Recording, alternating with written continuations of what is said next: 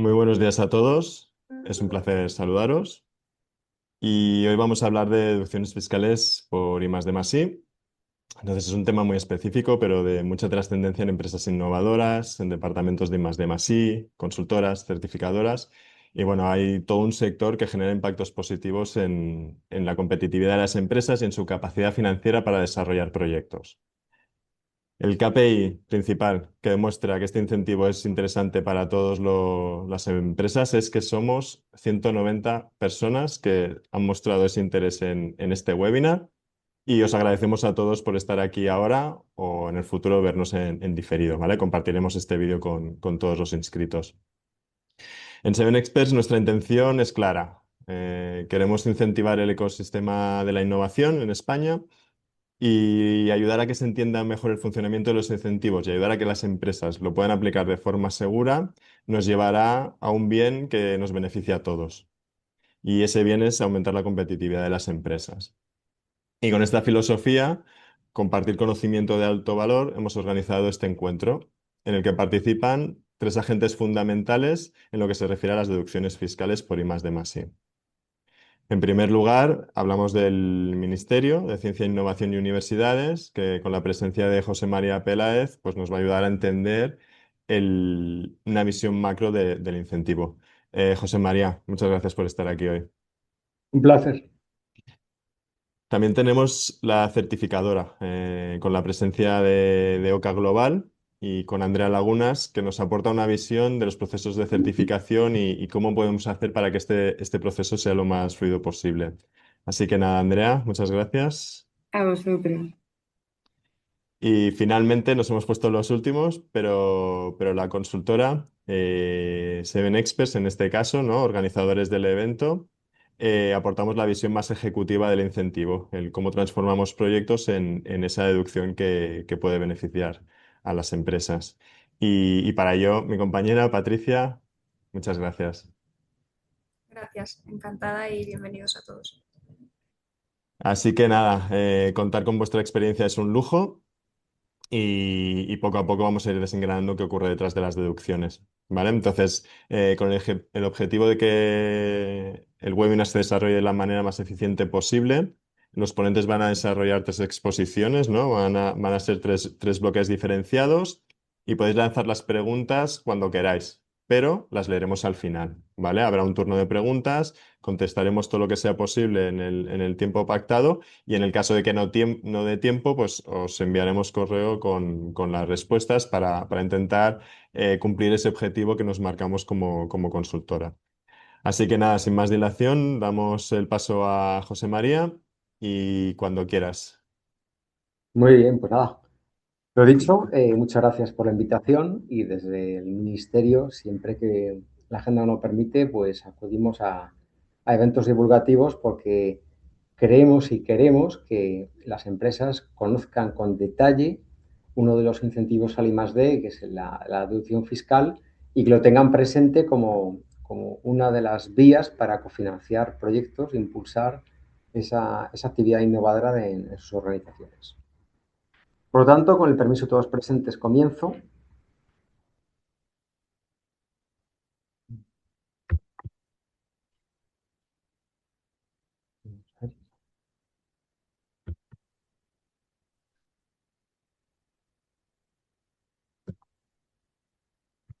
Vamos a ver. Perfecto, ahora sí. Muy bien. Este sería el índice de mi presentación. Eh, a mí lo que me gustaría es que quedasen claras pocas ideas, pero muy esenciales, ¿no? La importancia de que se haga actividad innovadora en la empresa en general, que esa actividad innovadora eh, puede ser cofinanciada en porcentaje significativo con distintos incentivos, que la empresa sepa que tiene distintos incentivos y que sepa combinarlos adecuadamente para esa cofinanciación. Y luego centrarme en la parte que gestionamos desde mi ministerio, que serían las deducciones fiscales y los informes motivados como mecanismo de seguridad jurídica para aplicar esas deducciones fiscales. Perfecto. Por aquí pasaré rápido. Evidentemente, como empresarios, voy a decir que toda esta información son conscientes de ello, pero me gusta mencionarlo, aunque sea de pasada, ¿no? En el mundo en el que vivimos, de alta competitividad y sectores en el que, aunque sea de media intensidad tecnológica, no hace falta que sea medio alto o alta, se vive en entornos muy competitivos. La I+D+I o la actividad innovadora no es una oportunidad, es casi una necesidad, y además que está demostrado todas las correlaciones positivas para la empresa, para la sociedad, en fin. Estos son los estudios, distintos estudios académicos, que además son, algunos son relativamente recientes, que lo demuestra. Siempre se hablaba de esas correlaciones, esa necesidad de hacer actividad innovadora, pero la verdad es que no había demasiados estudios de tipo económico, y de hace unos años ya tenemos pruebas más tangibles que demuestran esa necesidad de hacer de manera así, y las ventajas y esos beneficios que existen, tanto desde la administración que emplee presupuestos públicos para fomentarlo, como para la propia empresa, ¿no? Para su propio beneficio, interés, crecimiento. Perfecto. Lo comentaba, hay distintos tipos de incentivos. La empresa lo que tiene que hacer es identificar qué actividades hace, qué tipo de incentivos hay asociados a esas actividades y aprovecharlos de la forma más inteligente, evidentemente, siempre con los límites que pueda marcar la normativa, pero partiendo de ese conocimiento de todo ese elenco de incentivos que existen, algunos privados, muchos públicos, y que están a su disposición. Ya el hecho de no conocerlos significa un coste de oportunidad, en la medida que se pueden perder vías interesantes para cofinanciar esa actividad innovadora.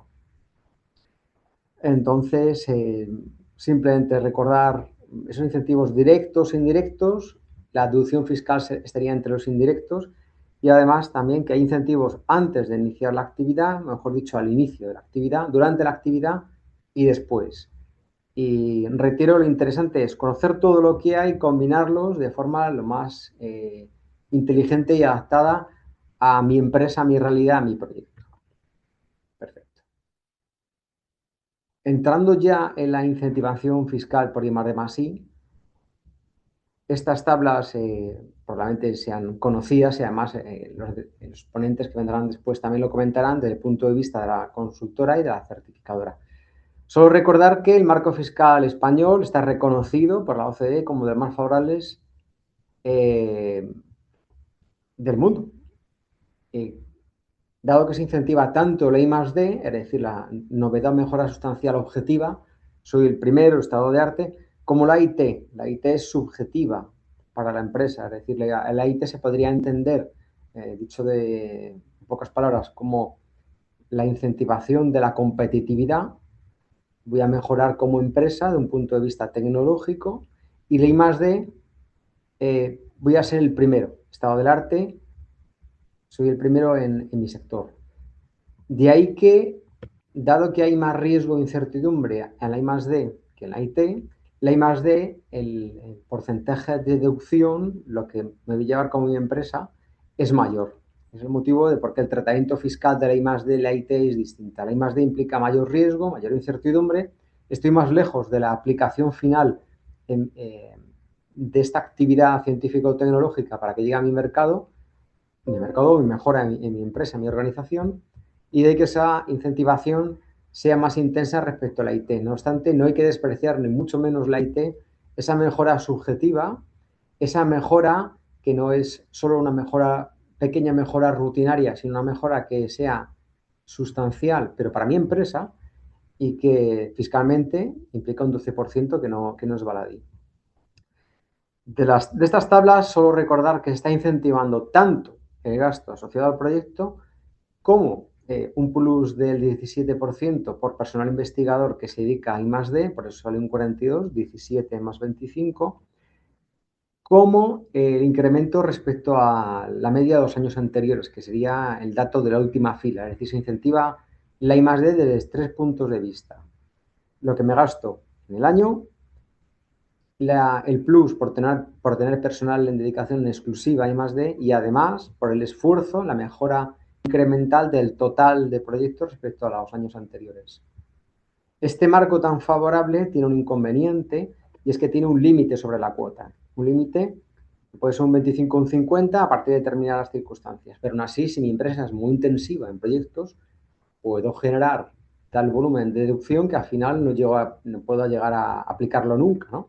De ahí que, aunque el plazo de aplicación es muy dilatado, son 18 años, la normativa se modificó y permitió un adelanto, que es lo que comúnmente o corrientemente se llama el cheque fiscal, que en su día cuando se introdujo, lleva ya unos años, es algo singular en el sistema tributario, dado que adelanta un derecho generado, pero todavía pendiente de aplicar. Fue bastante revolucionario en su momento, dado que el sistema tributario más bien tendía a devolver lo que se había pagado ya. En este caso es un adelanto, con determinadas características y limitaciones. A continuación, brevemente me gustaría hablar también de la bonificación en la Seguridad Social por personal investigador. Este incentivo es distinto del anterior, el anterior era fiscal y este es a la Seguridad Social, pero creemos que es interesante mencionarlo en la medida que los dos permiten una compatibilidad, como comentaremos después, y son incentivos, uno fiscal tributario y el otro no tributario, ambos al I+D+I. Esta bonificación lo que permite al empresario es ese 40% de las cuotas que tiene que pagar el empresario de la Seguridad Social por contingencias comunes. Una modificación en la normativa en el 2023 y esta contratación es de ámbito temporal, es durante 3 años, pero aumenta esa bonificación para determinados colectivos. En el caso de menores de 30 años y mujeres. Esta bonificación lo que exige es dedicación exclusiva, entendiéndose por esa exclusividad un 85% durante toda la jornada, a actividades de I+D+I, siendo la definición de esas actividades I+D+I las que marcan en la Ley de Impuestos de Sociedades, que, insisto, son incentivos distintos, pero toma de la Ley de Impuestos de Sociedades las definiciones. Este incentivo, la ventaja que tiene, si me retrotraigo a la diapositiva inicial, es que es un incentivo que permite financiar o permite reducir, mejor dicho, el coste empresarial de mi personal investigador mientras se realiza el proyecto, dado que es una reducción inmediata en esas cuotas que tiene que pagar el empresario de la Seguridad Social. Además, este incentivo, como ya adelanté, es compatible con las deducciones fiscales, y me explico. Aquellas empresas que realicen proyectos de I+D+I y se bonifiquen podrán a la vez deducirse parcialmente, separando personas e investigadores bonificados y personas investigadoras deducibles. En el caso de que la empresa obtenga el sello PYME Innovadora, esa compatibilidad será total de ambos incentivos y podrán aplicarse sobre el mismo tipo personal. Su coste será deducible en el marco de proyectos y su coste, esa cuota a la Seguridad Social, será bonificable en el ámbito de la Seguridad Social. Y lo que marca la normativa es que en el caso de que la empresa se deduzca, se bonifique, tendrá que elaborar una memoria anual y esa bonificación, si es de 10 o más trabajadores, requerirá un informe motivado referente a personal investigador. Informe motivado tipo B. Perfecto. Hay una serie de esa tramitación administrativa cuando ese informe motivado es obligatorio, requiere que se elabore ese informe motivado que hemos citado a año vencido y debiendo aportarse ese informe motivado a la Tesorería General de la Seguridad Social en un plazo de 6 meses tras finalizar el último fiscal bonificado. Perfecto. Luego, cuando hablemos de los informes motivados, volveré a citar el tipo D por su peculiaridad, sus propios plazos.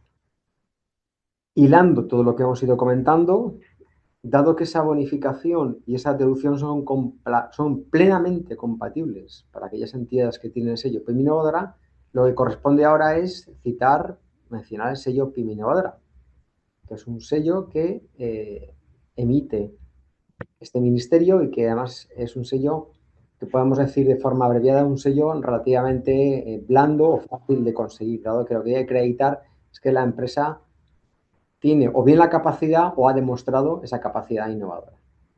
La normativa Está ahí mostrado. En la presentación, además, autorizamos su divulgación entre los asistentes, con lo cual la organización luego podrá distribuir si lo considera oportuno. Perfecto. Y como yo digo, esos requisitos son relativamente asequibles de conseguir, dado que el primero es, dado que es sello PYME innovadora, es que la empresa sea PYME. Y lo segundo, ese carácter innovador debe ser demostrado con la empresa, o bien porque ya ha realizado actividades de I+D+I, como pueda ser una financiación pública para un organismo estatal. Ese carácter innovador, es decir, que ha realizado I+D+I mediante otra vía, como es la patente, o ha obtenido el informe motivado. Y por último, aquellas empresas que no puedan obtenerlo por esa vía, es decir, que no puedan demostrar que ya han hecho ese I+D+I, que lo hagan a través de certificaciones en los que o bien se acredita la capacidad, se cuenta con los medios para hacer ese I+D+I, o bien incluso sistemas de gestión al I+D+I. Como cifras son más de 3.000 empresas PYME con el sello activo. Y ese sello, además, aparte de esa plena compatibilidad entre deducciones y bonificaciones, también conlleva una serie de ventajas añadidas, tanto en el ámbito de la compra pública innovadora como también un punto de vista, digamos, de marketing, el poder utilizar y esgrimir ese sello para sus relaciones comerciales y mercantiles. Perfecto. Pasaría ahora al ámbito concreto del informe motivado vinculante, el cual su principal característica es que aporta seguridad jurídica. Hemos comentado antes que hay un informe motivado para las bonificaciones tipo D, que es preceptivo a partir de trabajadores. Ahora voy a circunscribir esta diapositiva al ámbito fiscal. En el ámbito fiscal, la empresa, a la hora de aplicarse sus deducciones fiscales por proyectos, tiene que realizar una liquidación. Tiene que consignar determinada información de liquidación del impuesto a sociedades. Y para hacer esa liquidación, la empresa puede hacerlo por su cuenta, con una certificación o un tipo de asesoramiento con alguna entidad, o puede buscar alguna de las distintas vías para que le aporte seguridad jurídica a la hora de hacer esa liquidación. Las vías disponibles serían la consulta vinculante a la Dirección General de Tributos, acuerdo previo de valoración e informe motivado. La consulta vinculante es una pregunta sobre normativa tributaria que se dirige a la Dirección de Tributos. Es una consulta que puede hacerse, es gratuita y es vinculante en cuanto que esa consulta vincula tanto a la empresa que la ha formulado en ese supuesto, como la agencia tributaria, como a cualquier otra empresa que estuviera en situación análoga. Nótese que esa consulta no entra en el fondo del proyecto, no lo califica como tal. Es una consulta más bien sobre normativa tributaria. El acuerdo previo de valoración sería un paso más. Este acuerdo previo no solamente se habla del proyecto, sino que se habla también de presupuestos, de gastos, de tal manera que cuando la empresa presenta el acuerdo, tiene que defender y explicar lo que va a hacer, lo que se va a gastar, y en el caso de que ese acuerdo prospere, es un acuerdo previo, es un acuerdo ex ante, será vinculante tanto para la empresa como para Hacienda. Este acuerdo, claro, requiere explicar muy bien y argumentar lo que se va a hacer antes. Y además es vinculante también para ambas partes. No admite posibilidad de recurso. Ese acuerdo pues, lo utilizan también un determinado colectivo de empresas. Y la otra vía, que es una vía ampliamente utilizada y además creciente con el tiempo, es la del informe motivado. Es el informe que emite el ministerio. Este es un informe que se emite por cada proyecto, luego veremos los tipos de informes motivados, que puede ser de naturaleza ex ante o ex post, y en el cual lo que se hace es que se califica científico-tecnológicamente el proyecto, es decir, se dice si la actividad es de I+D, de innovación o de ambas, y dependiendo del tipo de informe motivado se identifica su gasto o presupuesto. Y es vinculante en la parte de la calificación, que es la parte, digamos, mollar o esencial, la parte más difícil de dirimir, y es la parte que evidentemente hemos visto, no es lo mismo que se califique como I+D y T, una parte, digamos, sustancial y por lo tanto esa calificación ya va a ser vinculante y va a respaldar a ese proyecto en la medida que ya Hacienda lo que podrá hacer a partir de ese informe motivado es revisar el gasto, pero no podrá poner en duda la calificación científico-tecnológica que corresponde a ese proyecto. Perfecto. Esos informes motivados, como hemos comentado, pueden ser para opiniones fiscales, ahí viene su normativa, y para bonificaciones. Y además, el CDTI, que es una entidad pública dependiente de este ministerio, también puede emitir informes motivados, en este caso de naturaleza ex ante, asociados a la concesión de las ayudas que dicha entidad otorga. Perfecto. Sobre los tipos de informes motivados, distinguir los informes motivados según su naturaleza ex ante o ex post, que serían los dos primeros, A ex post, B o C ex ante, ambos para fiscalidad, y el tipo D, que es ex post, que es para bonificaciones.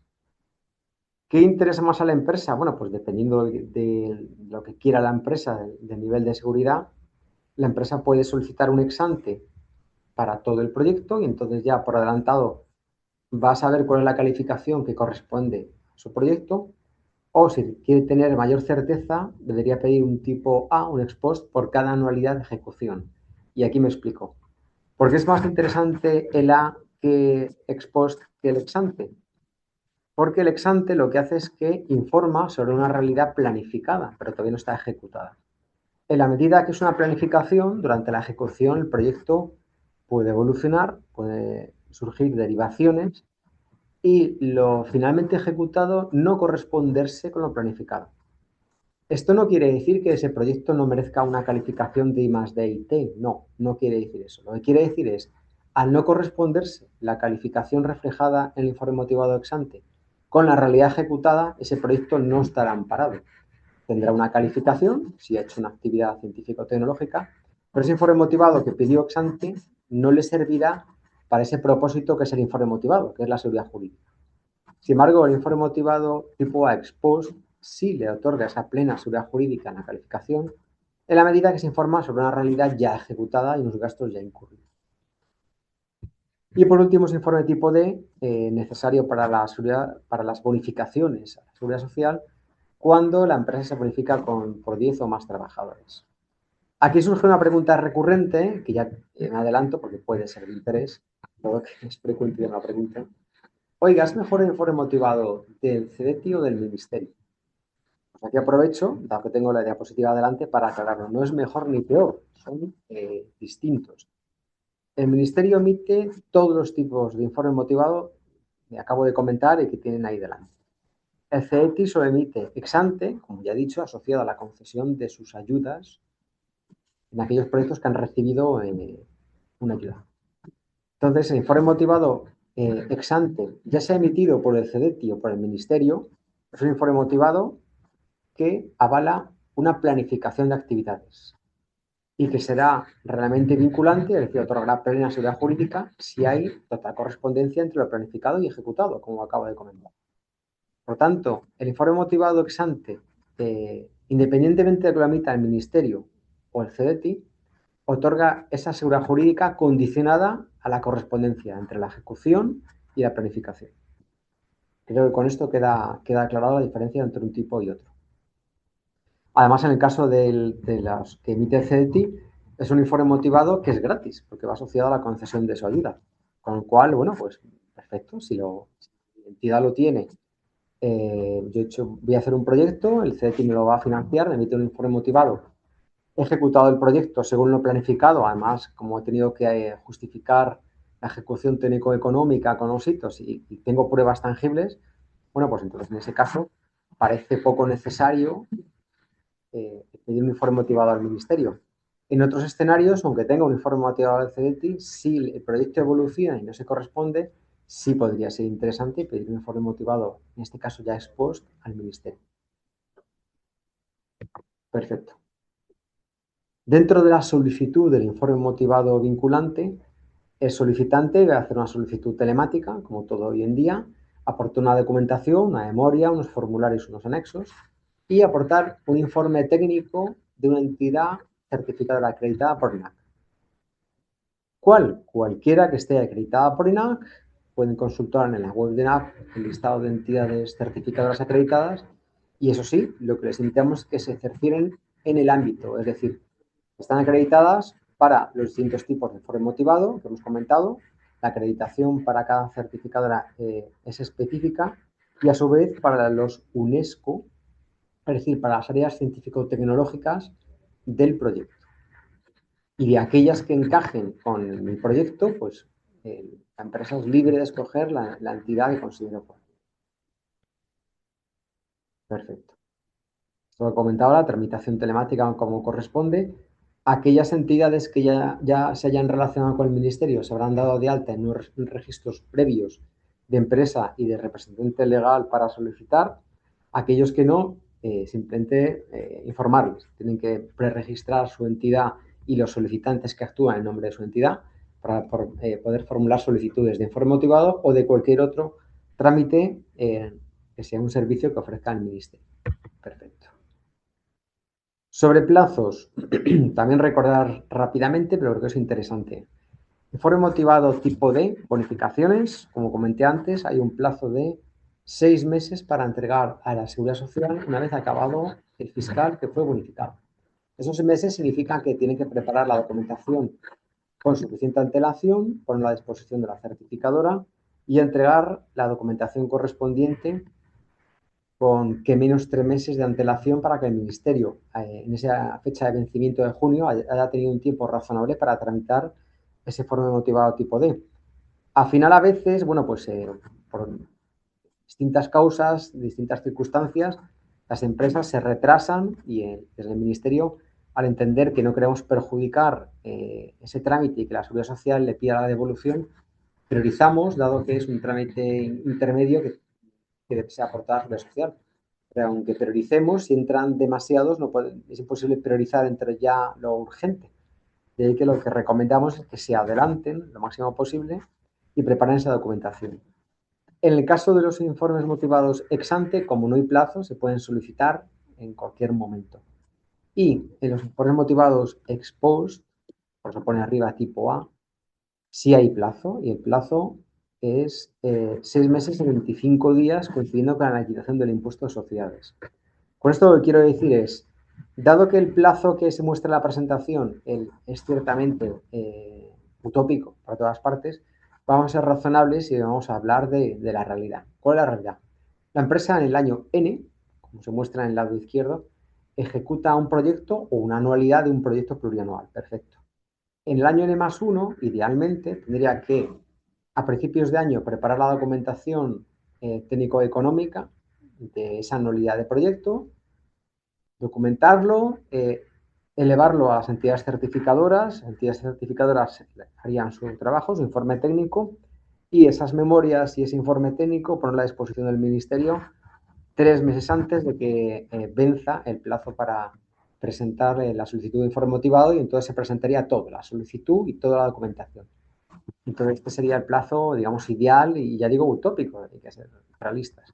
¿Y por qué digo utópico? Porque vamos por 12.000 solicitudes, entonces esto sería no una ola, sería un auténtico tsunami de trabajo, tanto para las consultoras cuando las entidades apoyan a las consultoras, como para las certificadoras, porque hemos visto que no son muchas, y su capacidad es limitada en la medida que el número de expertos por áreas científicos tecnológicas es limitado. Muchas veces los expertos son compartidos por las entidades certificadoras y no tendrían tiempo. Y a más, en el caso de que los dos escollos anteriores fueran salvados, el Ministerio ya adelantamos que tampoco tenemos tiempo de resolver 12.000 solicitudes en 3 meses, que es por lo que vamos. De ahí que somos bastante realistas y lo que simplemente pedimos es, por favor, aquellas entidades, aquellas empresas que quieran solicitar informe motivado ex post, que hagan la solicitud antes del 25 de julio. Y antes del 25 de julio no es el día 24 de julio a las 23:59, sino, por favor, el día 1 de enero, no, que estamos con resaca de Nochevieja. El día 2, bueno, mejor estamos de vacaciones. Venga, pues después de Reyes y el chocolate y el roscón. Tenemos un plazo dilatado, amplio, de formular solicitudes antes del 25 de julio. Y formular solicitudes digo porque se pueden hacer todas que se quieran, el trámite no requiere tasas, es gratis, Y se pueden presentar tantas como se quieran porque la empresa puede presentar solicitudes sin tener del todo claro que esas solicitudes vayan a ser completadas. Pero es mejor que estén presentadas en forma y plazo y más adelante las completen a que por apurar en la toma de esa decisión de quiero o no quiero pedir motivado, lo vaya postergando, lo vaya posponiendo y cuando quiera hacerlo resulta que por temas informáticos o de cualquier otra índole no lo haga. Entonces, pueden hacer solicitudes, tantas como la empresa quiera, se quedan ahí abiertas y luego ya se completará con la documentación. Que en el último momento la empresa no le interesa, bueno, pues ese expediente concreto, esa solicitud, se dejará morir, llegará un momento que le dirán, oiga, si usted no completa, esto se va a desistir, a la empresa no le interesa, pues nada, pues se desiste y aquí paz y Dios gloria.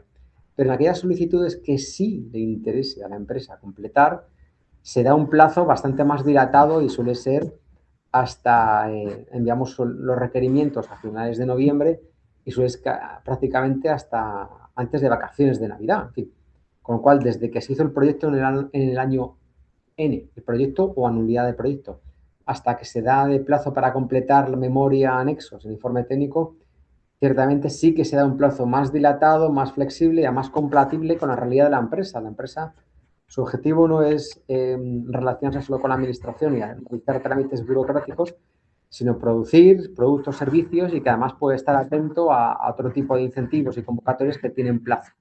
Y ahí que somos conscientes de ello y damos un plazo bastante dilatado para que aquellas entidades que finalmente si quieran puedan completar, digamos, a lo largo del año. Pero lo que es inamovible y no tenemos manera de cambiarlo, porque esto es electrónico y telemático y los plazos son cerrados, el plazo de presentación de solicitud. Rellenar un formulario, eso se queda ahí listo, y ya completaré si me interesa. Más a ver. Continúo. Vamos a ver. Que avance.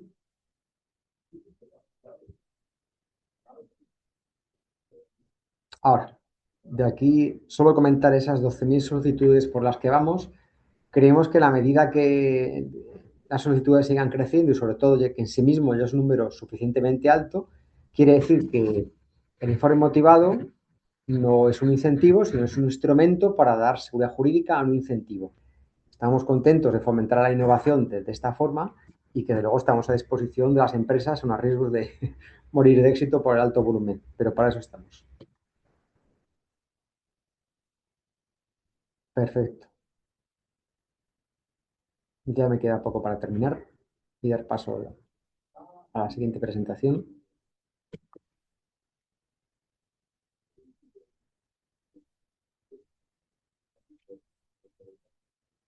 A ver si avanza. Vale. De aquí solo comentar esas 12.000 solicitudes se corresponden con unos 1.000 solicitantes, cual es un número bastante interesante y creciendo. Y sobre todo, muy rápidamente también comentar el perfil de empresa solicitante. Ya hace tiempo que el número de pymes ha sobrepasado al de no pymes. A veces se dice que este instrumento de seguridad jurídica está pensado solo en grandes empresas y las cifras demuestran lo contrario. Hay más solicitantes pymes que no pymes a la hora de realizar solicitudes de informe motivado. Y lo que hay que destacar es cierto que el informe motivado requiere un coste, no una tasa a la hora de solicitar informe motivado, como hemos dicho antes, pero sí un coste asociado a la consultoría que puede ayudar y mucho a la de identificar proyectos, documentar, etcétera, pero en cualquier caso, ese es un coste a criterio de la empresa, siendo el coste, desde luego, inevitable el coste de certificación con una entidad certificadora. De ahí que este instrumento lo que es interesante es para aquellos proyectos cuya deducción, cuyo volumen de deducción sea suficiente para soportar y compensar esos costes asociados de certificación con entidad certificadora y en su caso consultor, no tanto el tamaño de la empresa. Perfecto. Destacado este particular, que siempre nos gusta recordarlo, dado que como tal está a disposición a todo tipo de empresas, siendo ese umbral el tamaño del proyecto, de la deducción que va a generar el proyecto y no tanto el tamaño de la empresa. Continúo. A ver. Perfecto. De las bonificaciones a la seguridad social, simplemente aportar la cifra, ¿no? En 2024, el último año cerrado, fueron ya 125.000, el año anterior incluso un poco más. Hablamos de muchos miles de personas que pudieran acoger esa bonificación con un importe de entre 350 y casi 400 millones de euros, ¿no? Esto quiere decir que estas bonificaciones a la seguridad social de la que hemos comentado antes son un incentivo no tributario, pero también muy interesante y que desde luego en cuanto a volumen acumulado, esos 350 o 400 millones de euros está casi al mismo nivel que las deducciones. Y que como ya he mencionado, la empresa debe conocerlos y decidir si tiene derecho a acogerse y aplicarlos de forma legal e inteligentemente para cofinanciar su actividad innovadora. Perfecto. En cualquier caso, si surgiera alguna duda o pregunta, al final hay un turno dedicado a ello y junto con el resto de los ponentes eh, estaré a su disposición y con mucho gusto atenderé todas las preguntas. Vale, parece que vamos a avanzar. Vale, y con esto ya acabo. Simplemente recordar que en el pie de esa presentación están los dos buzones de contacto, el de informes motivados y del sello Pyme Innovadora, al cual pueden escribir para lo que estime oportuno. Por mi parte a cabo y reiterando el agradecimiento a la organización por la invitación, cedo la palabra. Vale, perfecto, José María. Muchas gracias. Lo dicho, las preguntas las vamos a ir respondiendo al final. He visto que alguno ha levantado la mano. Lo mismo, para participar, utilicemos el canal de preguntas y respuestas. Y nada, ahora continuamos con la visión de la consultora que nos va a ofrecer Patricia. Así que nada, adelante, Patricia. Gracias, Guillem. Buenos días a todos. Me presento brevemente de nuevo. Soy Patricia Pires, soy Project Manager en Fiscalidad en Seven Experts y tal como ya os avanzábamos, lo que comentaremos ahora son las deducciones fiscales desde la perspectiva de la consultora, que somos los que acompañamos a las empresas en la aplicación estratégica de este incentivo. Entonces sí que me gustaría que os quedase claro a lo largo de mi presentación cómo identificamos vuestros proyectos, cómo identificamos vuestros gastos y cómo justificamos correctamente la calificación fiscal de esos proyectos. Para ello, inevitablemente voy a entrar mínimamente en algunos conceptos teóricos que ya os adelantaba un poco José María, para después daros varios ejemplos un poco más prácticos para su correcta aplicación. Empecemos entrando brevemente en lo que os comentaba, que es la deducción fiscal por I+D+I, pues es una reducción de la carga impositiva en el impuesto sobre sociedades asociada al gasto por actividades o bien de investigación y desarrollo o bien de innovación tecnológica. Ya os apuntaba José María la primera duda, que sería qué es esa I+D y qué es esa IT. Pues al final la I+D es una novedad que es objetiva en el estado del arte y la posterior aplicación de la misma que permite descubrir nuevos conocimientos con el objetivo de provocar un avance científico-tecnológico sustancial en el estado del arte y que lleva asociada una gran incertidumbre, un gran riesgo tecnológico. Al final es la primera empresa que ejecuta ese proyecto, esa novedad en el estado del arte y por lo tanto tienen una incertidumbre mucho mayor que la innovación tecnológica, que es una novedad más subjetiva, que es para la empresa. Quizá hay otras empresas del sector que lo están haciendo, pero para mí es la primera vez que lo aplico y también lleva, por lo tanto, una incertidumbre, pero el riesgo es más comedido en este caso. Con lo cual, para resumir, la I+D sería una novedad a nivel sectorial y la IT una novedad más a nivel de empresa. Conocer estas definiciones es clave porque así podemos calificar correctamente los proyectos que pueden llevar a ahorros fiscales significativos, distintos evidentemente si el proyecto es I+D o IT, y se pueden aplicar hasta 18 años, como veremos más adelante. En función de esta calificación de proyectos, podremos optar a un porcentaje o a otro. Empezaré por el de innovación tecnológica, que es más sencillo. Al final, en función de los gastos que identifiquemos para esos proyectos de innovación tecnológica, la deducción fiscal será el 12% de esa base de deducción. Y en cambio, en el caso de investigación y desarrollo, la deducción podrá ir entre el 25 y el 42% como norma. El 42% será la parte que exceda la media de los 2 años anteriores. Y como esto puede parecer un poco trabalenguas, os pongo un par de ejemplos para hacerlo más sencillo. Por ejemplo, una empresa que sea el primer año que hace I+D, su deducción irá al 42%, es decir, su base de gasto en función de los proyectos que hayamos identificado irá al 42%, porque la media del gasto en los 2 años anteriores es 0, ya que no ha tenido proyectos de I+D en los años anteriores. Otro ejemplo, una empresa que en los 2 años anteriores invirtiera de media 100.000 euros en I+D y este año invierte 300.000, los primeros 100.000 euros irán al 25% y lo que excede de la media, que son 200.000, irían al 42%. Y además hay ciertos gastos que permiten ampliar todavía más estos porcentajes. En el caso de tener personal dedicado en exclusiva a I+D, el gasto de este personal puede tener un 17% de deducción adicional, y en el caso de que se utilicen equipos que estén dedicados en exclusiva a I+D, la deducción adicional puede ser del 8%. Y de ahí este 59% tan jugoso, ya que en el mejor de los casos, si no hay inversión previa en I+D y hay personal dedicado en exclusiva, ese gasto podría llegar al 59%. Y todos estos porcentajes se aplican sobre gastos que sean deducibles, y estos gastos son los que os indico aquí abajo: personal interno, las horas de vuestro personal que se haya dedicado a proyectos de I+D+I es deducible, sus horas y su coste hora se traduce en un coste total para el proyecto sobre el que se puede calcular la deducción. Colaboraciones externas, es decir, facturas pagadas a empresas externas que colaboran con mi proyecto y aportan un know-how que quizá no tengo internamente, pero sí lo tiene una colaboradora y puede colaborar conmigo en el desarrollo de ese proyecto. Material fungible, que sería material comprado que utilicemos para hacer pruebas, se valida el proyecto y después se desecha, también sería deducible. Activos, que sería toda esa maquinaria que podamos utilizar para la correcta realización de pruebas, también lo podríamos deducir. Y finalmente otros gastos, que podría ser, por ejemplo, licencias que se utilicen en el desarrollo de los proyectos. Por aterrizar un poco más todo esto, os planteo 3 sectores con 3 realidades distintas. Aquí hemos puesto 3 por acotarlo, pero podrían ser muchísimos más sectores en los que se aplica y se potencia la I+D+I.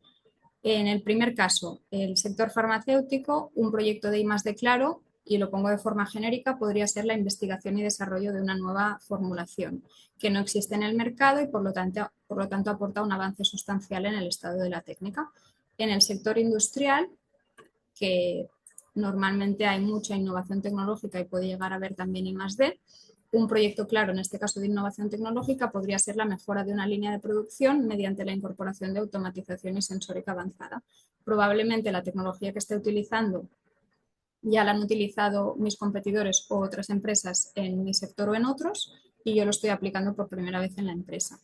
Y por último, en el sector TIC, un proyecto de innovación tecnológica, y también lo pongo aquí un poco de forma genérica, podría ser el desarrollo de una nueva plataforma de gestión interna, que incluye algún desarrollo propio, pero con tecnología que quizá ya existe en el mercado. Entonces, para cada uno de estos sectores y para cualquiera que se os ocurra, comentamos aquí un poco cuál sería el papel de la consultora. Al final, identificamos todas las actividades innovadoras que quizá las tenéis en bruto, quizá hay proyectos claros y otros proyectos que no lo son tanto, pero nos contáis todas las actividades que consideréis potencialmente innovadoras que habéis hecho durante el ejercicio fiscal. Para ello, analizamos todas las áreas de la empresa, porque quizá hay áreas que normalmente sí que es claro que hacen I+D+I y quizá otras que no tanto, y en una conversación podemos identificar actividades innovadoras en áreas que quizá creéis que no. Y a partir de aquí, para cada una de esas actividades, identificamos cuáles son los objetivos científico-tecnológicos que perseguíais y cuál es el grado de novedad de las actividades, con el objetivo de identificar cuál es la calificación fiscal de los proyectos en cada uno de los casos y poder nosotros hacer la justificación en base a la ley. También valoramos su duración y el alcance temporal de cada una de esas actividades y por lo tanto proyectos. Importante saber que los proyectos pueden ser plurianuales, es decir, no es necesario que tengan inicio y fin en el ejercicio fiscal que estemos tratando, pero sí que debemos identificar los gastos asociados a cada anualidad para calcular la deducción fiscal año a año y consignarla en el impuesto sobre sociedades. Y finalmente, analizamos los recursos que están implicados en cada una de esas actividades con el objetivo de identificar los gastos asociados a esas actividades y, por lo tanto, definir los gastos en cada una de las categorías que comentábamos antes: personal interno, colaboraciones externas, material fungible, activos y otros gastos. En definitiva, y por resumir, El objetivo de la consultora es traducir la identificación de proyectos o de actividades que identificamos con vosotros de I+D+I en proyectos que sean fiscalmente deducibles. Y a partir de aquí preparamos toda la documentación para asegurar la calificación fiscal de los proyectos, identificar los gastos y a partir de aquí que tengáis todo el paquete de documentación que posteriormente enviaremos a certificadora y al ministerio.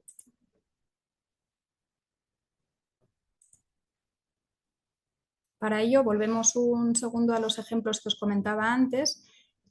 Como os comentaba, utilizamos la documentación que ya tengáis generada en la empresa. Nuestro objetivo no es daros más trabajo, sino utilizar la documentación que ya tenéis de base para nosotros darle forma al proyecto.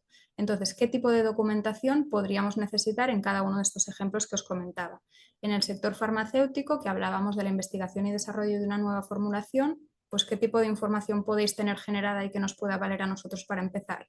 Protocolos de los estudios clínicos, informes de resultados de esos estudios o presentaciones internas que hablen del avance del proyecto.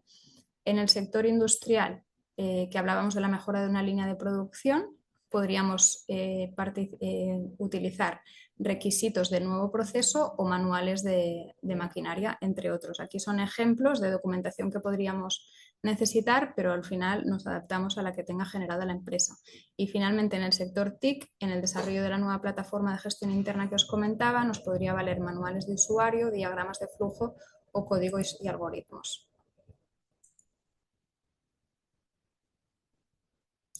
Aquí sí que he querido poneros más ejemplos, ya que quizá los ejemplos que os comentaba son bastante claros para cada uno de los sectores y también bastante clara la calificación fiscal de los proyectos, pero podría haber múltiples ejemplos para cada uno de estos tres sectores, incluso para muchos otros.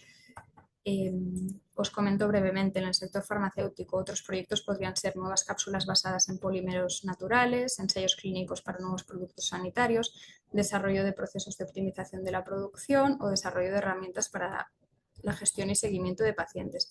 Aquí sí que me gustaría destacar lo que comentábamos, que quizá hay sectores que tienen proyectos muy claros. En el sector farmacéutico podría ser un proyecto de estudios clínicos, pero en cambio si hacen producción de sus productos también podría haber ahí mejoras en el proceso productivo.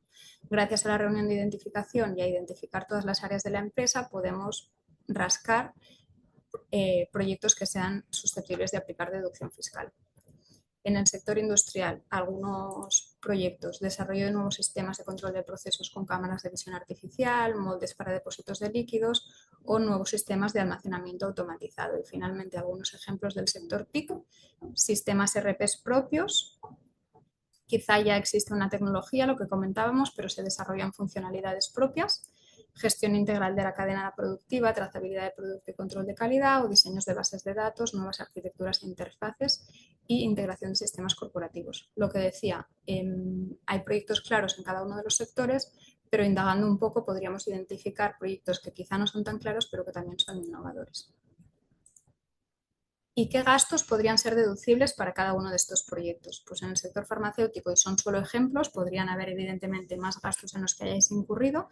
En el sector farmacéutico en concreto podrían ser deducibles el personal interno, los gastos de la CRO externa y material fungible que se utilice para el desarrollo del estudio clínico, por ejemplo. En el sector industrial, personal interno, consultoría de procesos, si se ha contado con ella externamente para colaborar en la mejora de ese proceso productivo, la amortización de la maquinaria que se utilice para pruebas y el material fungible que se utilice también para las pruebas. Y finalmente en el sector TIC, gastos deducibles podría ser el personal interno, tanto técnico como no técnico, gastos de consultoría, lo mismo en caso de que se haya contado con ella de forma externa, y licencias que se hayan utilizado para validar todo ese desarrollo de proyecto. Y aquí sí que nos gustaría derribar algunos de los mitos que se tienen en cada uno de los sectores. Quizá en el sector farmacéutico básicamente se cree que solo hay I+D y efectivamente es un sector que es muy intensivo en I+D, pero como comentaba, quizás si también hacen la parte de producción, podría haber también algún proyecto de mejora de proceso productivo que sería innovación tecnológica. En el sector industrial no hay I+D, pues podría llegar a verlo si hay algún desarrollo que tenga una alta incertidumbre, como comentábamos antes, y que sea la primera vez que se desarrolla esa tecnología. Y finalmente, en el sector TIC solo podemos aplicar bonificaciones. Sí que es verdad que es un sector que trabaja mucho en proyectos para terceros, pero quizá hay empresas del sector TIC que hacen desarrollos propios y por lo tanto serían susceptibles para aplicar deducciones fiscales. Una vez tenemos identificados todos estos proyectos, clasificados en investigación y desarrollo e innovación tecnológica y también identificados los gastos, podemos calcular la deducción fiscal en base a los porcentajes que os comentaba antes para conseguir un ahorro en el impuesto sobre sociedades. Y aquí hay dos estrategias, ya os comentaba un poco José María. Tenemos la opción de ir por el crédito fiscal, es decir, consignar en el impuesto sobre sociedades y aplicar si podemos, o el cashback, también consignaríamos, pero solicitaríamos esa monetización. Entonces, en este primer caso, el crédito fiscal, consignaríamos la deducción, la aplicaríamos si podemos y tenemos cuota, entre el 25 y el 50, como os comentaba él también, para poder reducir el pago de impuestos en el ejercicio fiscal en curso, o bien la dejaríamos pendiente de aplicación y tendríamos hasta 18 años para aplicarla. En el segundo caso, en el del cashback o monetización, en caso de que no se tenga cuota, no se prevea tenerla o se necesite liquidez, estaríamos en este segundo caso. Permitiría aplicar la deducción fuera de los límites para conseguir cuota cero y adicionalmente solicitar el abono. Sí que este proceso requiere obligatoriamente la solicitud del informe motivado vinculante, es decir, el paso por una entidad de certificación que nos emita el certificado y a partir de ahí solicitar el informe motivado, y estaríamos renunciando a un 20% de la deducción generada, es decir, la monetización obtenida sería el 80% de la deducción. Entonces, por resumir un poco, ¿cuál sería el cronograma completo del proceso? Como entidad consultora, identificaríamos con vosotros tanto las actividades de I+D+I como los gastos asociados y prepararíamos toda la documentación.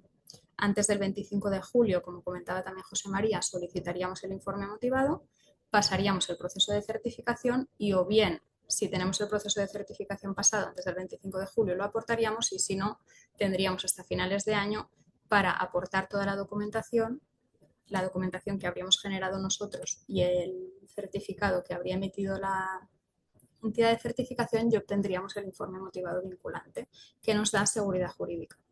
Entonces, por repasar un poco este tema de la seguridad jurídica, al aplicar deducciones fiscales tenemos la opción de ir o bien por la vía de autoliquidación, en cuyo caso identificaríamos actividades y generaríamos una memoria económica y técnica a la espera de una posible inspección, o bien pasamos un proceso de certificación con el objetivo de pedir y solicitar el informe motivado.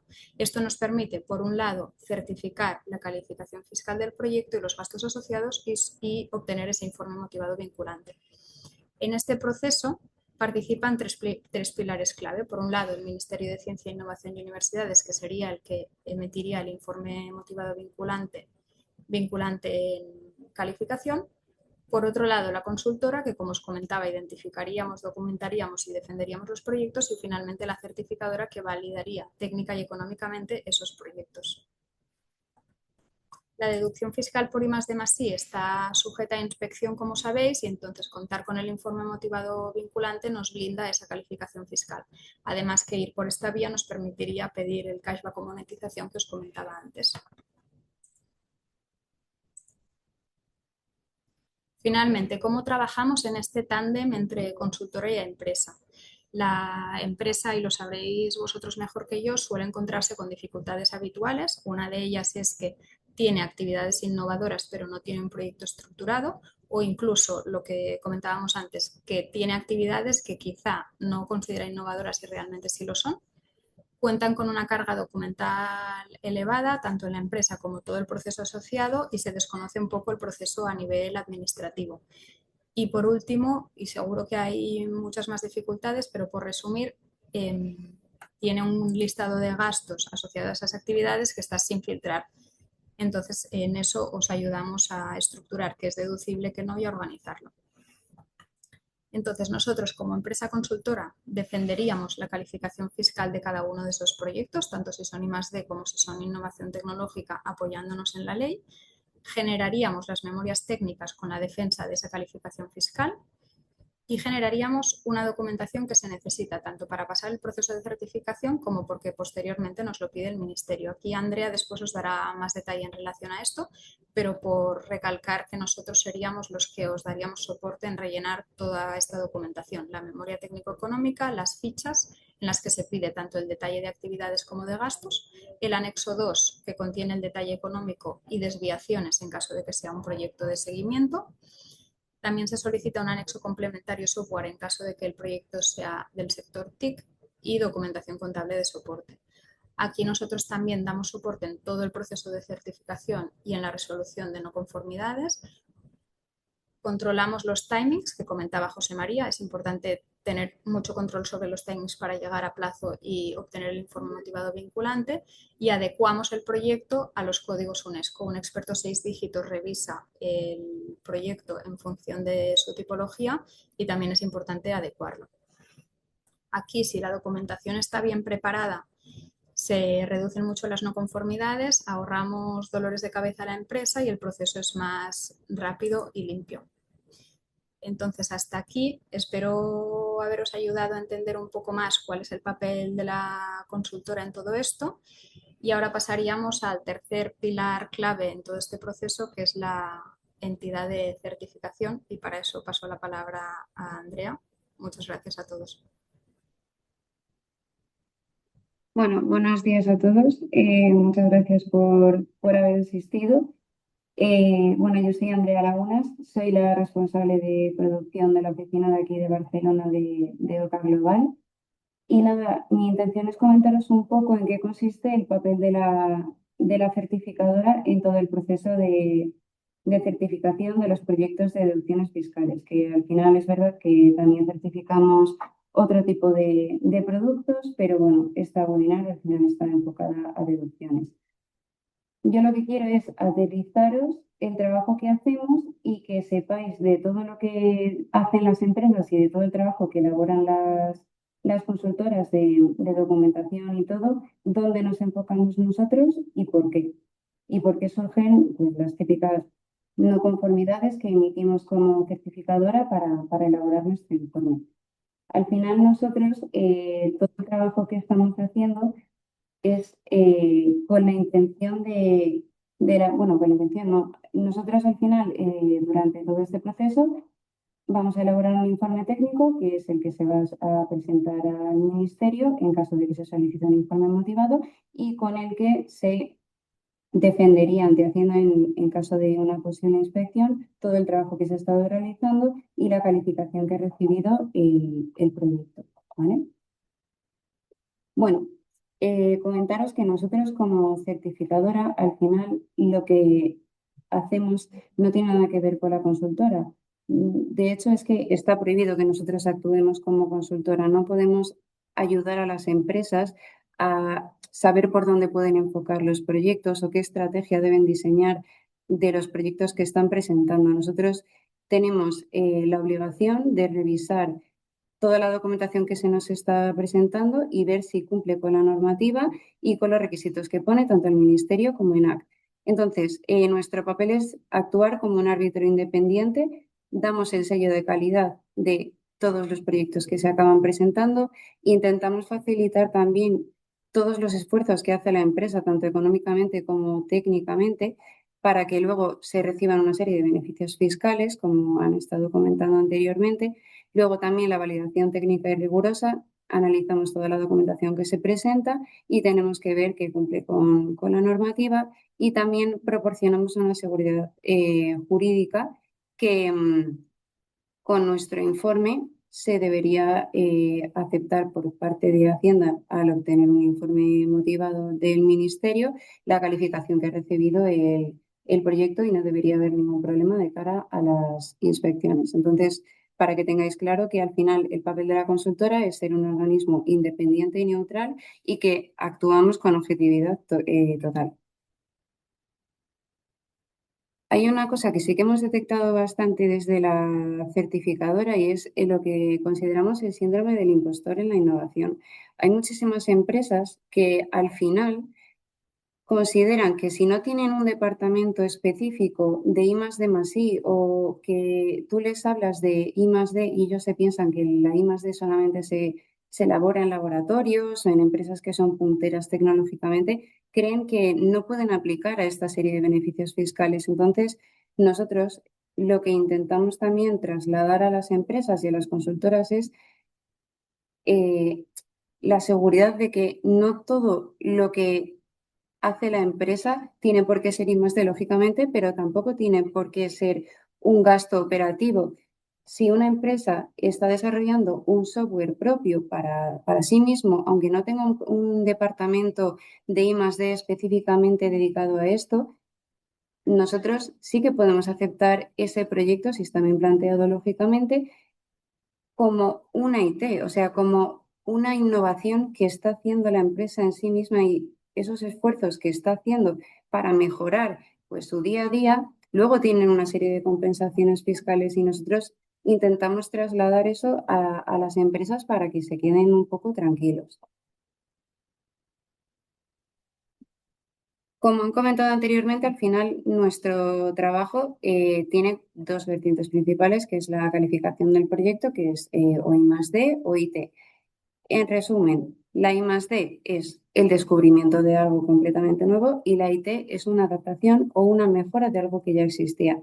La I+D necesita una incertidumbre técnica real porque al final, como es algo que nunca se ha desarrollado y que es completamente disruptivo, la empresa no tiene cómo saber si finalmente va a lograrlo o no, pero el hacer una investigación y desarrollar un proyecto que busque algo que no ha existido hasta entonces es lo que da la calificación de I+D. En cambio, en IT, nosotros lo que vemos son proyectos de algo que ya existe, una tecnología que al final estás adaptando a una plataforma que tú ya tenías anteriormente o a un proceso de producción o lo que sea.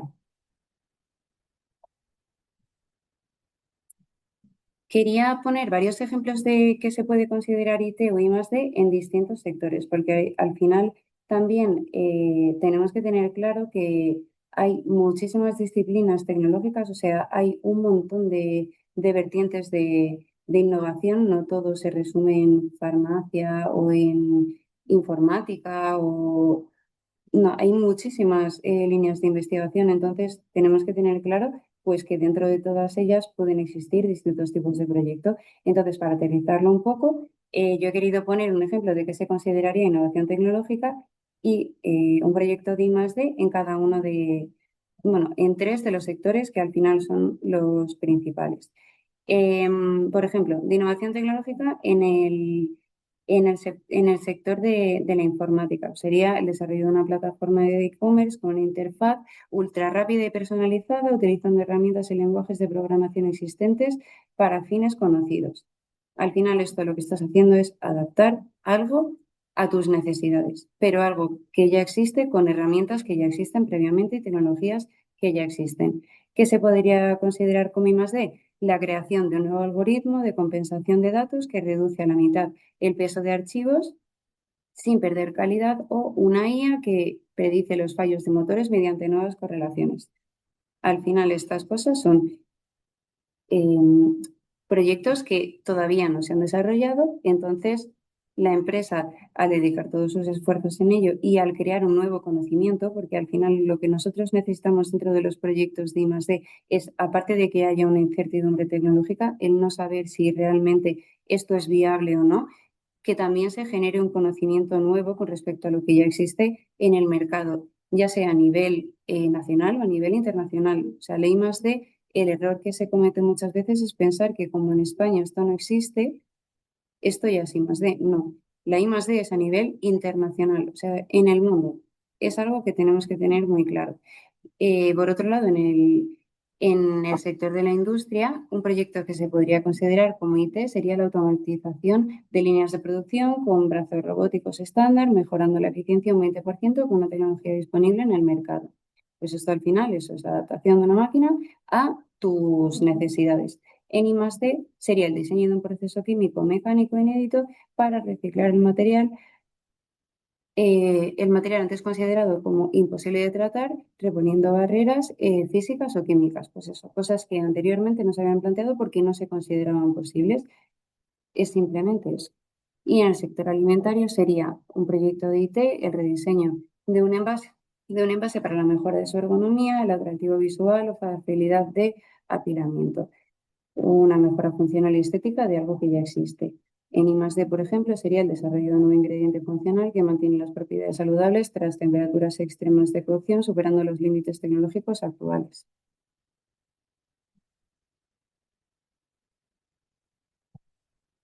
En cuanto a los proyectos en cooperación y las claves para la certificación, al final, la diferencia entre un proyecto en cooperación y una colaboradora es que en un proyecto en cooperación las dos empresas van de la mano y son propietarias del proyecto. Una colaboradora al final es una empresa a la que tú estás contratando para que haga una serie de actividades, pero simplemente participa de manera esporádica en el proyecto, o sea, no es dueña del proyecto en sí. Entonces no puede aplicarse ningún tipo de deducción por el trabajo que está haciendo dentro de este proyecto. ¿Qué es necesario para los proyectos en cooperación? Pues, por un lado, que los objetivos y la novedad sean comunes para ambas empresas. Esto es muy importante porque al final, aunque sean empresas independientes, el objetivo tiene que ser el mismo y la novedad para las dos también. El presupuesto y el gasto. Esto es muy importante también tenerlo claro, que al final el gasto y el presupuesto del proyecto va individualizado por empresa y por anualidad. Cada empresa, independientemente de si participa en una serie de actividades o en otras, tiene un presupuesto X y hay que detallar muy bien cuál es de cada una de ellas. Los proyectos en cooperación son en cooperación no solamente porque se tenga que presentar la deducción fiscal. O sea, si hay una empresa que está solicitando la deducción, pero hay otra que no, para nosotros eso es independiente. Necesitamos saber si es un proyecto que se está tratando, o sea, que se ha hecho en cooperación con otra, aunque la otra empresa luego no vaya a solicitar un informe motivado o no vaya a solicitar una deducción fiscal. En cuanto a las evidencias, nosotros necesitamos que dentro de la memoria se distinga muy bien qué evidencias son de una empresa y qué evidencias son de otra, porque al final nosotros elaboramos un informe por empresa, entonces tenemos que reflejar los trabajos que ha hecho cada una de manera independiente. Si alguna de las evidencias que se presentan es común para las dos empresas, no hay ningún problema. En ese caso, simplemente necesitaríamos que se indicase que tal evidencia, tal evidencia corresponde a ambas empresas. Así, a la hora de elaborar nosotros nuestro informe, lo podemos dejar reflejado.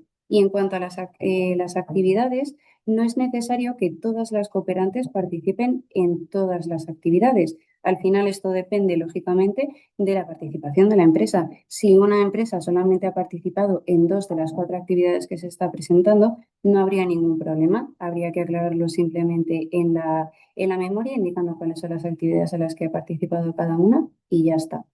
Luego también es muy importante el cómo se nombren en los acrónimos de los proyectos las colaboradoras.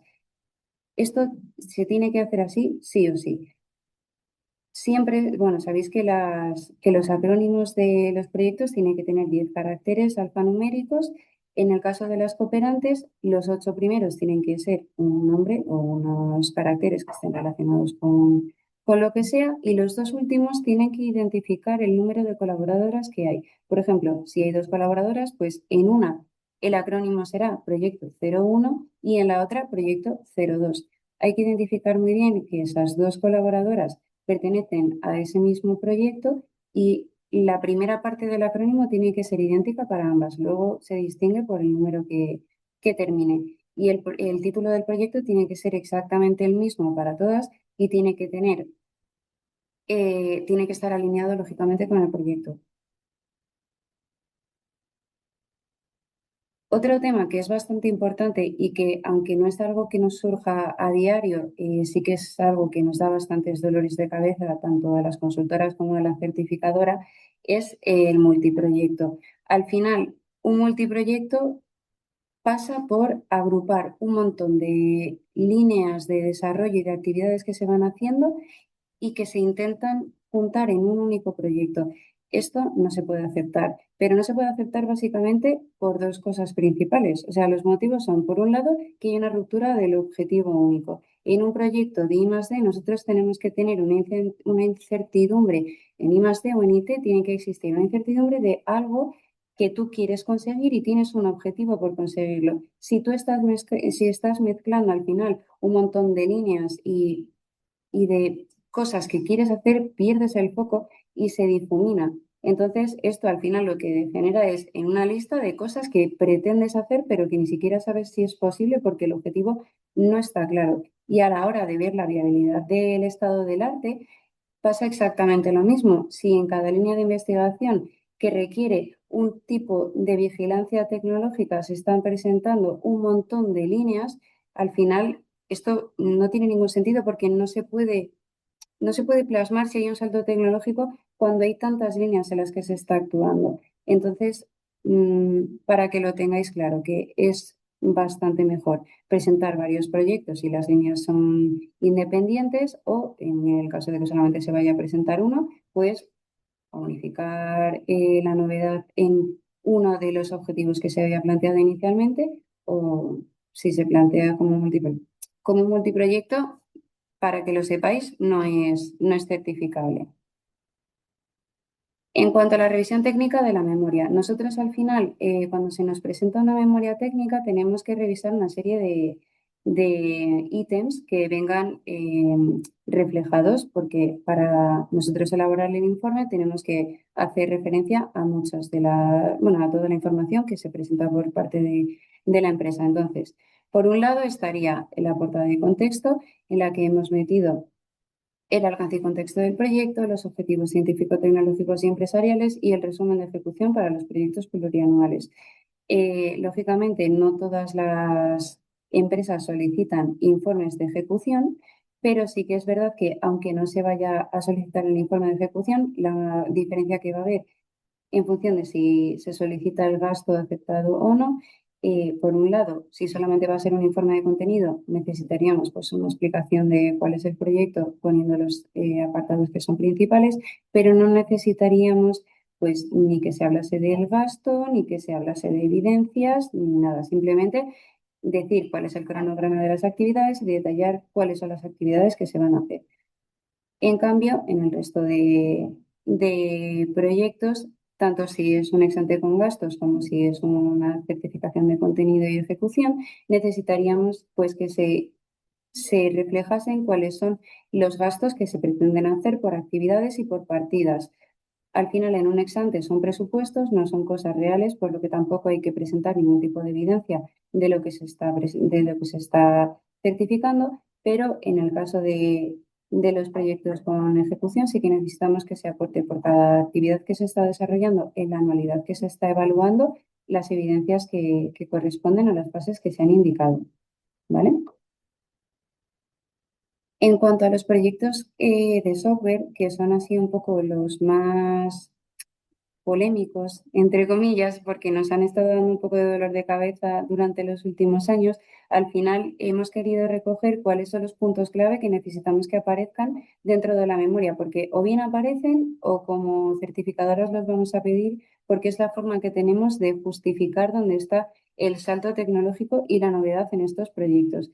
En el día a día todos estamos utilizando herramientas informáticas y todos sabemos que es un sector que avanza a pasos agigantados, entonces para poder justificar que una empresa esté utilizando una plataforma propia en vez de coger una que ya existe, necesitamos tener información para poder defenderlo, porque si no, o sea, nosotros no podemos aceptar las cosas porque se nos presenten. Al final tenemos que tener un respaldo de documentación y tenemos que justificar todo lo que se está aceptando por nuestra parte. Pues en este caso hemos hecho como un resumen de los puntos que nosotros necesitamos justificar para que se pueda considerar que hay un salto tecnológico en estos proyectos. Por un lado sería que se indiquen cuáles son las herramientas existentes en el mercado, cuál es la relación del estado del arte con los productos o servicios que se están desarrollando o mejorando, la identificación de las limitaciones del sector para superar en este proyecto, la descripción del punto de partida de la empresa, referencias a proyectos anteriores o coetáneos, porque al final si una empresa lo que te está presentando es un proyecto, pero sabes que a la vez está haciendo otros que podría dar a entender que son similares o que el salto tecnológico es básicamente el mismo, nosotros tenemos que ver dónde está la diferencia entre los dos, porque al final si no me estás presentando el mismo proyecto dos veces.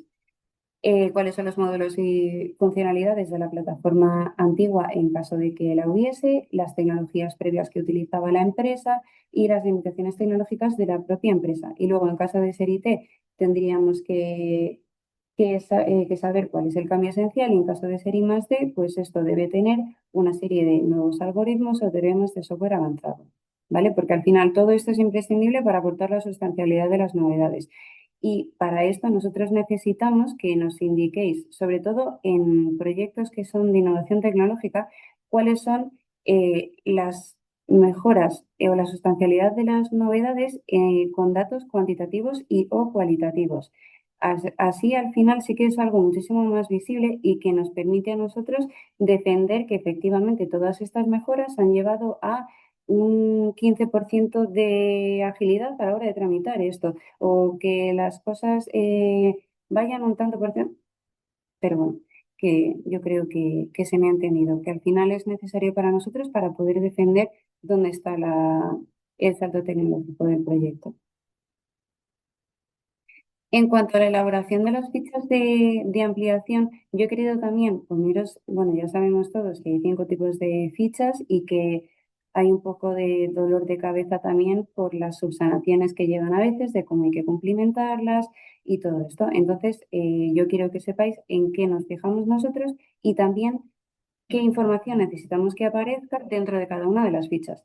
Por ejemplo, en una ficha de personal necesitamos que, en caso de que sea la ficha de ampliación, que es de la que estoy hablando ahora mismo, se tiene que cumplimentar la tabla primera, que es la identificación del personal, y se tienen que rellenar los datos de nombre y apellidos de la persona, cuál es el coste hora de esa persona, el coste total, las horas totales presentadas, el coste AIT o I+D, dependiendo de si es un proyecto de IT o de I+D, y las horas AIT también. Luego, el departamento en el que está esa persona, el puesto que tiene actualmente durante la ejecución de ese proyecto, o sea, si es de 2025, pues durante 2025 qué puesto tenía, y la titulación que tiene. Se pueden poner tanto titulación 1 como titulación 2. En cuanto a la experiencia del personal, esto es muy importante también que lo sepáis porque hay muchas veces que se explica la experiencia de una persona y te cuentan de un proyecto de informática que este señor ha estado desde 2019 a 2022 como mozo de almacén.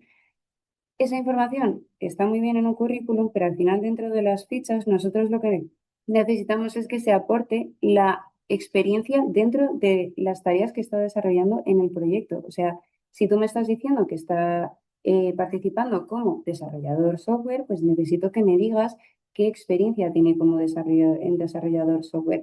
Y luego en la casilla de las funciones, pues ahí necesitamos un poco que se haga una explicación de las tareas que se ha estado realizando durante esa anualidad y las distintas actividades que ha participado. Muy importante también que las tareas que se están presentando estén alineadas con las tareas que se han presentado previamente a las actividades, porque sí que ha pasado alguna vez que de repente te indican que en la fase 1, que es una tarea de análisis, se hacen una serie de tareas que luego tú te vas a las que se han indicado en la actividad 1 y no tiene nada que ver. Entonces, necesitamos coherencia con la documentación que se ha presentado, ¿vale? En cuanto a las fichas de las colaboraciones externas, pues lo mismo, necesitamos que se indique la razón social, el NIF de la empresa, el país de la entidad para saber si es extranjera o no, y luego la ubicación en la que se han realizado los trabajos. Esto es muy importante porque imagínate que hay una empresa que es española, pero que tiene su sede en China y los trabajos que se han estado realizando estaban en China. No se puede aceptar esa colaboración ya directamente porque las colaboradoras que estén realizando trabajos fuera del espacio económico europeo están fuera de la deducción. Entonces, para que lo tengáis en cuenta, que al final nosotros también necesitamos comprobar dónde se está realizando la ubicación de esos trabajos porque hay cosas que no son deducibles. Y luego, en cuanto a la justificación de la descripción de la colaboración, pues necesitamos un breve resumen de en qué trabaja en su día a día esta empresa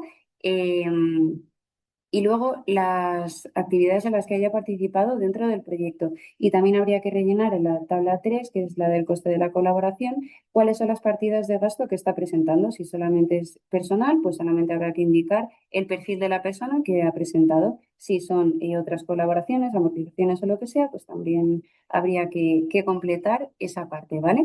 Luego, en cuanto a la ficha de inmovilizado de material intangible, lo mismo, necesitamos que se complete toda la ficha y no hay ningún dato que nosotros tengamos que dar por hecho o que tengamos que calcular nosotros. Por ejemplo, si estáis indicando el precio de adquisición o cuál es la amortización anual y no decís cuál es la vida útil de ese material, no vale. O sea, no tengo que ser yo como certificadora la que haga el cálculo para ver cuál es la vida útil en años de este material. Necesitamos que las fichas vengan bien cumplimentadas por vuestra parte. Y luego, pues, necesitamos que también se cumplimente la parte de funciones y necesidad para el proyecto y luego la justificación del elemento dentro del proyecto. Lo mismo.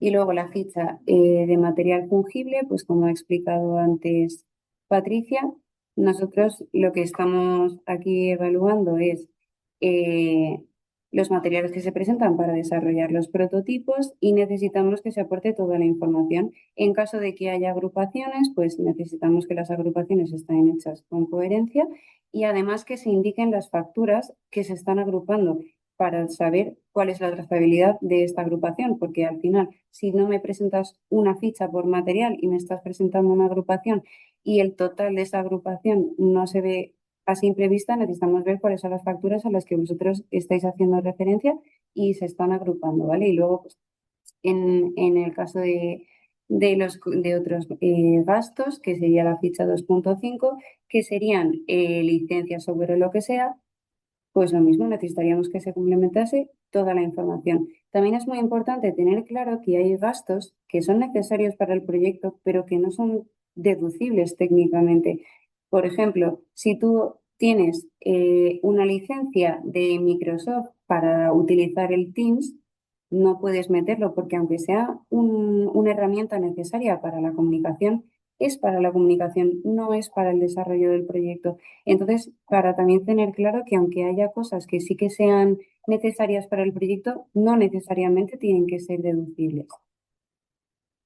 Y luego, también quería comentaros un poco, muy brevemente y muy rápido, cuáles son cómo habría que cumplimentar las fichas de las colaboraciones significativas, o sea, las fichas adicionales.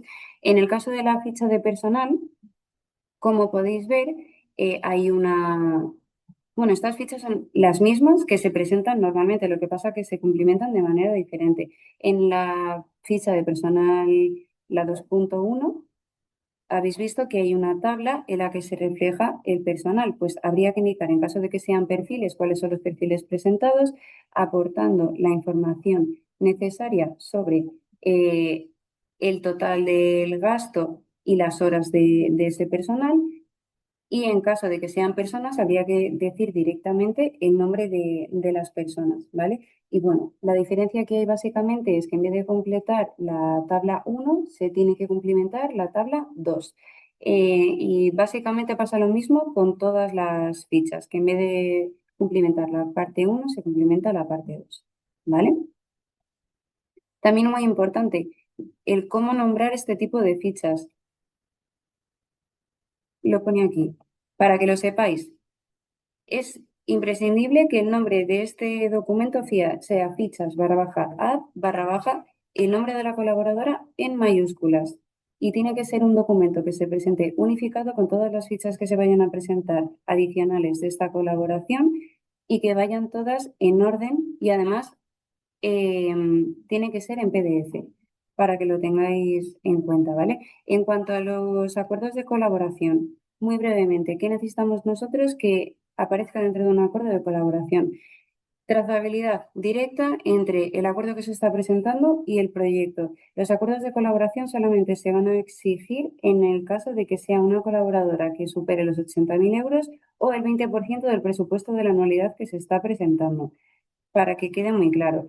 Dentro de este acuerdo nosotros necesitamos que haya una trazabilidad con el proyecto y también con las tareas que se están realizando. O sea, necesitamos que aparezca el título del proyecto o el acrónimo del proyecto, las tareas que va a realizar la colaboradora dentro del proyecto durante las anualidades que vaya a participar o la anualidad en la que está participando en ese momento, y también las facturas asociadas a esa colaboración para que haya una trazabilidad entre una y otra, ¿vale? Y luego, por último, en cuanto a las firmas, es muy importante que si no hay una firma electrónica, que esté bien identificada la persona que está firmando ese acuerdo, porque al final un garabato lo podemos hacer todos. Entonces necesitamos que se identifique la persona, que se diga nombre completo de la persona, DNI y su puesto dentro de la empresa.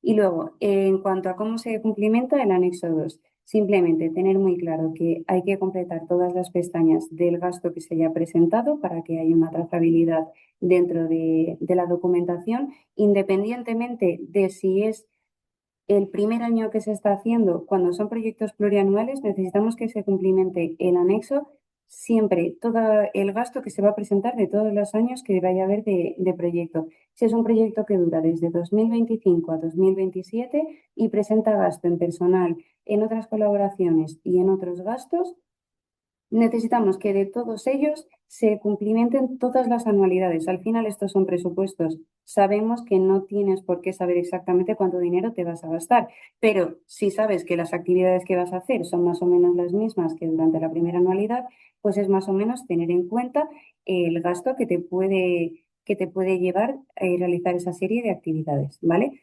Luego, en cuanto a las desviaciones, necesitamos que se cumplimente la pestaña de desviaciones siempre y cuando haya una desviación superior al 20% en las partidas presupuestadas en la anualidad con respecto a la anualidad pasada. Al final, si el año que viene revisásemos un proyecto que se ha hecho este año y se ha identificado un presupuesto para 2026 de 50.000 euros y al final han sido 90.000, lógicamente tenemos que justificar esa desviación dentro del anexo, y no solamente dentro del anexo, sino que dentro de la memoria también necesitamos que se identifique cuál ha sido la desviación y por qué existe esa desviación con respecto a lo que se había planteado anteriormente. Y luego la pestaña de documentos justificativos, aquí se tiene que reflejar todos los documentos que se están presentando, porque para nosotros aceptar el gasto, todo el gasto que nosotros aceptemos tiene que venir soportado por documentos justificativos, ya sean facturas, nóminas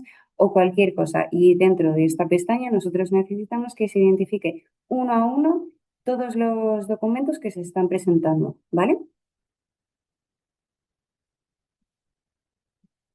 Y por último, os quería hablar del prototipo no comercializable. Al final, nosotros dentro de la certificación tenemos una serie o sea, tenemos como un viaje desde que la empresa se plantea el proyecto hasta que se elabora un prototipo no comercializable. Entonces, nuestro trabajo acaba con el prototipo no comercializable. Somos conscientes de que al final hay mucho más trabajo más allá de cuando acaba la base de la deducción, pero nosotros solamente podemos certificar hasta el prototipo no comercializable. Esto lo que necesitamos es que las tareas que quedan pendientes para que se pueda comercializar ese prototipo no sean únicamente estéticas, sino que sean tareas que realmente demuestren que tiene que haber un trabajo detrás todavía, que simplemente ha sido comprobar la viabilidad técnica de este prototipo y hacer una serie de ensayos y pruebas para ver si es viable o no, o hay que volver hacia atrás o cualquier cosa. Entonces, nada, yo por mi parte quería agradeceros también el haber participado dentro de esta webinar. Cualquier duda que tengáis, os ayudamos en lo que sea. Y muchísimas gracias a todos por vuestra atención. Espero que os haya servido la información que os he dado y que no os haya vuelto un poco locos. De todas formas, si tenéis alguna duda o lo que sea, pues aquí estoy para ayudaros. Gracias. Vale, pues gracias Andrea, gracias Patrick, gracias José María. A ver, son las 12:30, hay bastantes preguntas, la verdad. Voy a ir lanzando unas cuantas. Si os parece, hacemos 5 minutos y el resto ya las vamos contestando por mail o bueno, vamos viendo, pero por no alargar tampoco demasiado. Y lanzo la primera, ¿vale? Es ¿por qué no hace CDTI informes motivados ex post? José María, no sé si tú nos podrías contestar al respecto. Sí, desde el principio el órgano competente fue el Ministerio. Hubo una modificación del Real Decreto ya por 2007, si mal no recuerdo, en el que se introdujo a CEDETI como órgano y el CEDETI desde ese momento los ha emitido siempre ex ante.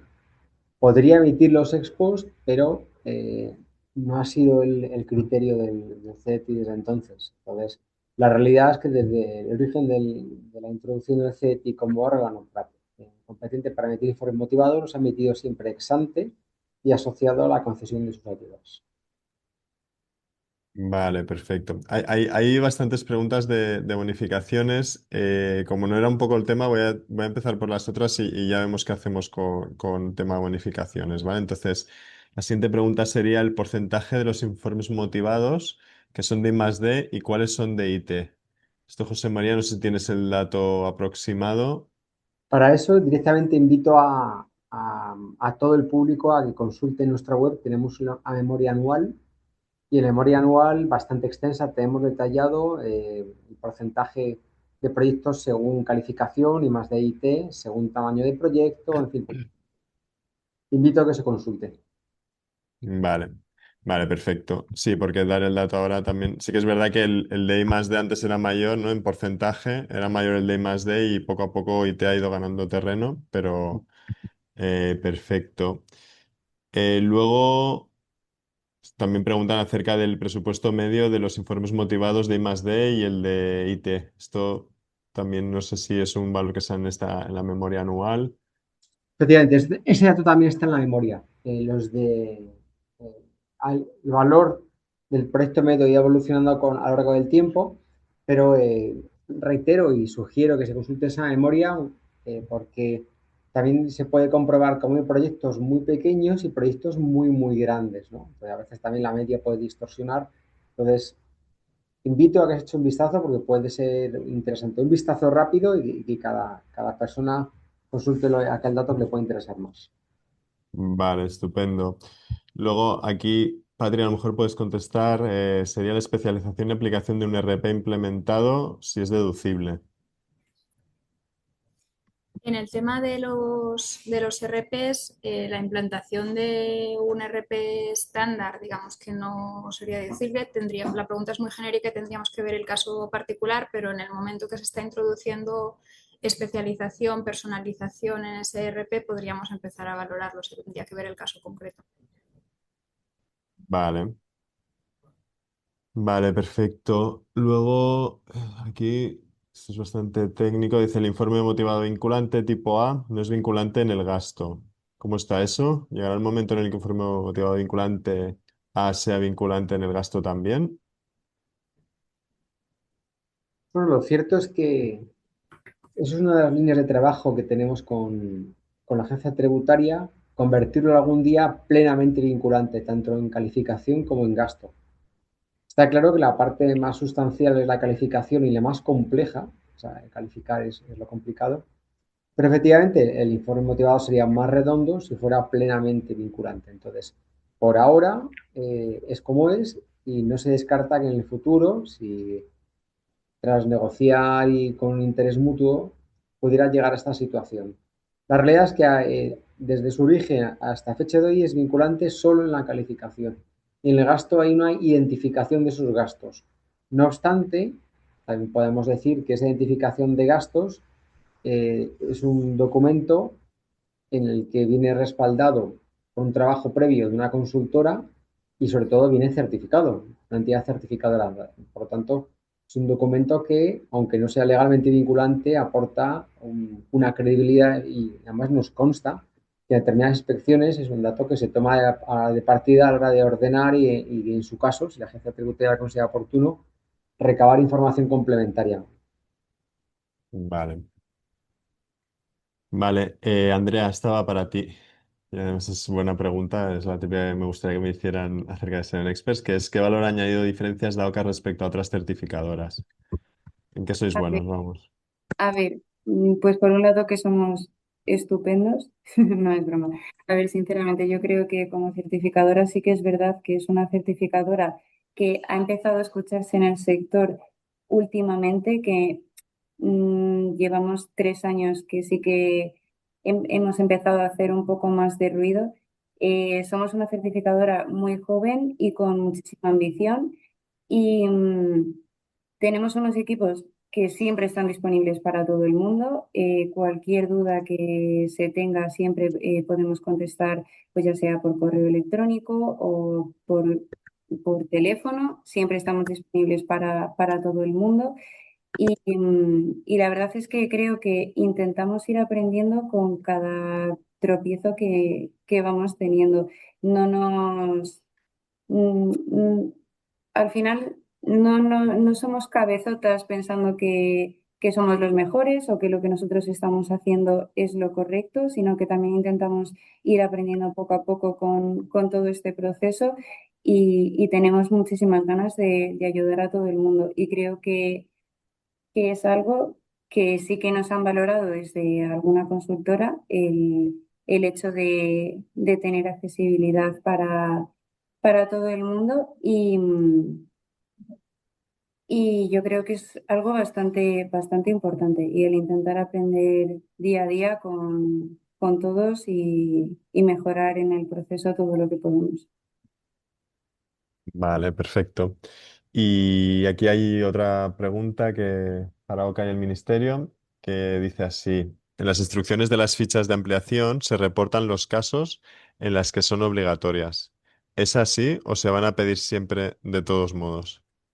No, a ver, nosotros no vamos a solicitar nada que no sea obligatorio, lógicamente. Si la información, en vez de aportarse dentro de las fichas, se aporta dentro de la memoria, no habría ningún problema. Lo que sí que es importante es que la información al final esté, porque nosotros no podemos aceptar ningún gasto que no esté justificado. Entonces, creemos, porque al final entendemos que esto depende de cada uno, eh, es más sencillo aportarlo dentro de una ficha, pero entiendo que también para la consultora, pues a lo mejor es un poco un trabajo un poco más tedioso.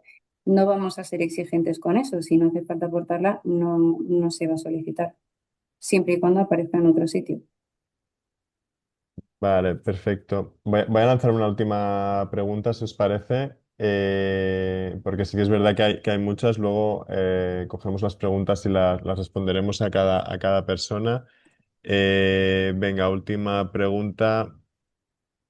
Aquí indica que tengo entendido que hoy por hoy no es válida una ayuda de ámbito autonómico per se, aunque esté encuadrada en I+D+I, como justificante para conseguir el sello de pyme innovadora, que solo es válida si los fondos son del Plan Nacional I+D+I. ¿Es algo que se está previsto cambiar? Efectivamente, ahora mismo, tal como está redactado el Real Decreto del Orden Ministerial, solamente son ayudas estatales respecto al ámbito nacional, ni autonómicas ni de algún ámbito inferior.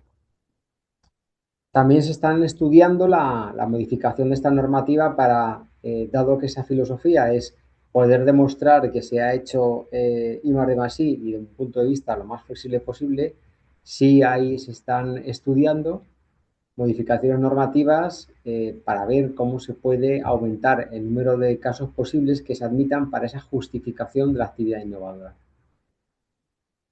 Vale.